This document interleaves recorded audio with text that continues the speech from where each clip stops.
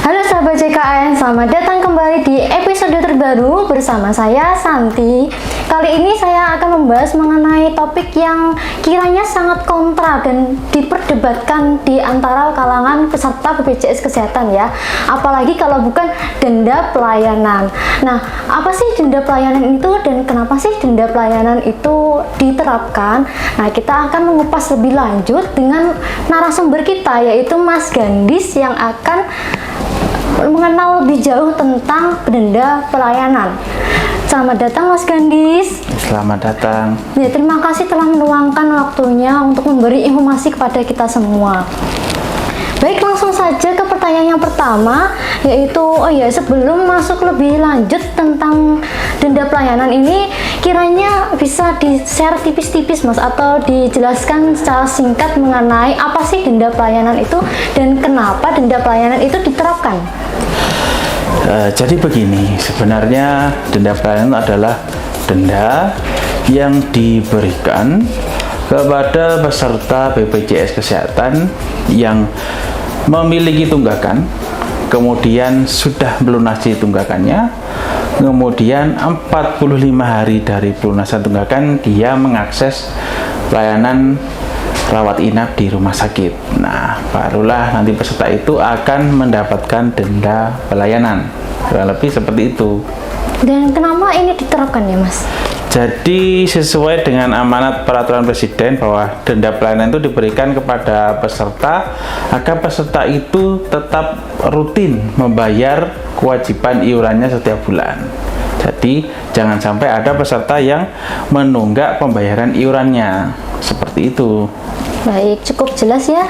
Baik, langsung ke pertanyaan yang kedua Mas. Ini apa saja ya Mas jenis denda-denda lainnya yang mungkin sekiranya bisa dikenakan ke peserta BPJS Kesehatan ini, dan itu sifat dendanya itu sifatnya tetap ataukah bervariasi tergantung dari situasi dari peserta BPJS Kesehatan? Ya, jadi yang dinamakan denda pelayanan ini ya, itu sifatnya tidak menetap. Jadi tergantung daripada peserta itu sendiri. Ketika peserta dia memiliki tunggakan dan kemudian mengakses layanan rawat inap di rumah sakit lah, barulah nanti akan muncul denda pelayanan. Nah, besaran daripada denda pelayanan itu sendiri juga melihat dari berapa lama peserta itu menunggak iuran. Jadi misalkan untuk peserta yang menunggak selama 3 bulan dan juga peserta yang menunggak selama 5 bulan, maka tentu akan berbeda besaran daripada denda pelayanan yang diberikan kepada peserta. Berarti memang tergantung dari situasi dari pesertanya sendiri. Betul, ya? Seperti itu. Baik, pertanyaan selanjutnya Mas, ini siapa saja yang Mas berpotensi dikenakan denda pelayanan? Apakah ini hanya untuk berlaku peserta yang menunggak ataukah ada pelanggaran dari peserta lainnya? Ya, jadi denda pelayanan ini memang dikhususkan untuk peserta yang memiliki tunggakan. Jadi yang sudah saya jelaskan tadi, ketika dia melunasi kemudian mengakses layanan rawat inap di rumah sakit 45 hari dari pelunasan, maka itulah denda pelayanan muncul. Nah, kepada siapa denda pelayanan ini akan diberikan? Pertama adalah, salah satunya adalah peserta PPPU Mandiri yang iurannya dibayarkan secara mandiri. Nah, ketika dia menunggak dan melunasi kemudian mengakses rawat inap di rumah sakit akan terkena denda. Yang kedua adalah peserta daripada pekerja penerima upah. Nah, ketika nanti instansinya itu memiliki tunggakan kemudian melunasi, nah 45 hari dari pelunasan akan muncul yang namanya denda pelayanan. Seperti itu. Baik, baik, untuk pertanyaan selanjutnya Mas, dalam kondisi seperti apa ya peserta BPJS Kesehatan itu bisa dikenakan denda? Misalnya apakah dikenakan denda bisa jika tidak menggunakan rujukan yang tepat dan jelas?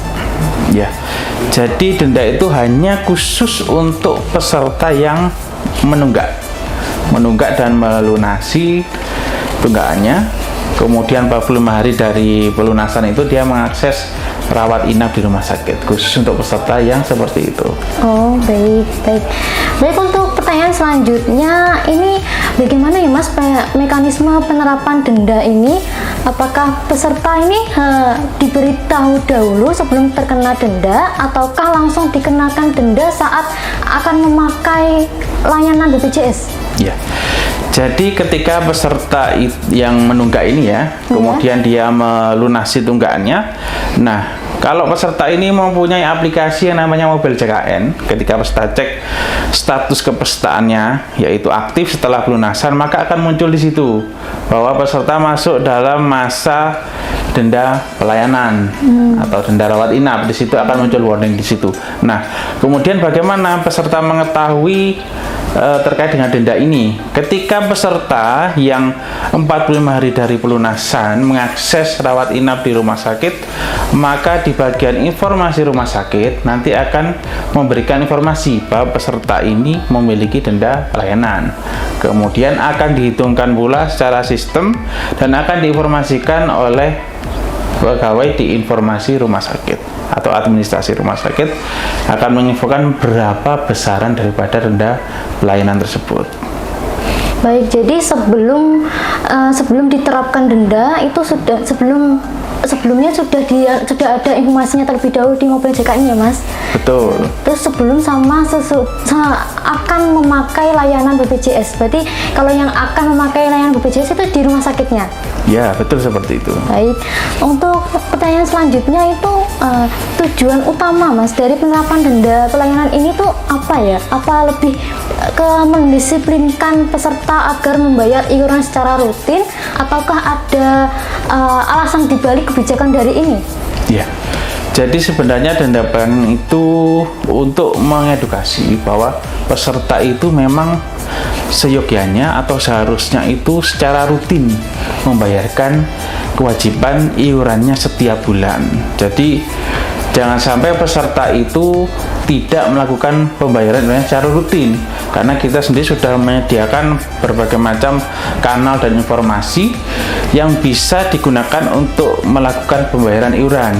Ketika peserta ingin membayarkan iuran, banyak sekali pilihan yang dia miliki, mulai dari channel perbankan, melalui aplikasi online, ataupun di gerai-gerai pembayaran lokal itu bisa. Kemudian kita juga menyediakan auto debit sehingga peserta itu tidak lupa untuk membayarkan iurannya setiap bulan. Nah, itulah yang kita harapkan daripada peserta agar tetap bisa rutin membayarkan iurannya setiap bulan. Baik, berarti memang sudah dimudahkan dari mekanisme kanal bayarnya ya Mas. Jadi kayak auto debit juga ada dari berbagai kanal bayar sudah tersedia. Jadi ya untuk sahabat JKN ini harus aware dengan hak dan kewajibannya ya. Baik, untuk pertanyaan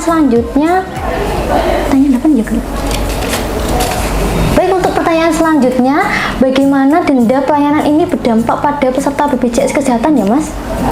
Jadi denda pelayanan ini hanya akan diberikan pada peserta yang menunggak, kemudian melunasi, dan juga 45 hari pelunasan akan mengakses rawat inap di rumah sakit. Jadi sebenarnya pengaruhnya hanya kepada peserta yang pernah menunggak dan melakukan rawat inap di rumah sakit seperti itu. Untuk peserta yang dia rutin membayar iuran setiap bulan, maka tidak akan ada yang namanya denda pelayanan seperti itu. Baik, semua pertanyaan sudah dijawab. Terima kasih banyak Mas Gandis atas informasi yang diberikan, sangat jelas sekali, dan semoga informasi ini berguna untuk sahabat JKN untuk lebih memahami hak dan kewajiban dalam memahami hak dan kewajibannya. Gandis, mungkin ada closing statement untuk para sahabat JKN yang menonton? Untuk para peserta dan juga sahabat JKN yang ada di rumah atau dimanapun berada, saya berpesan untuk tetap selalu rutin membayar iuran jaminan kesehatan setiap bulan agar terhindar dari denda pelayanan.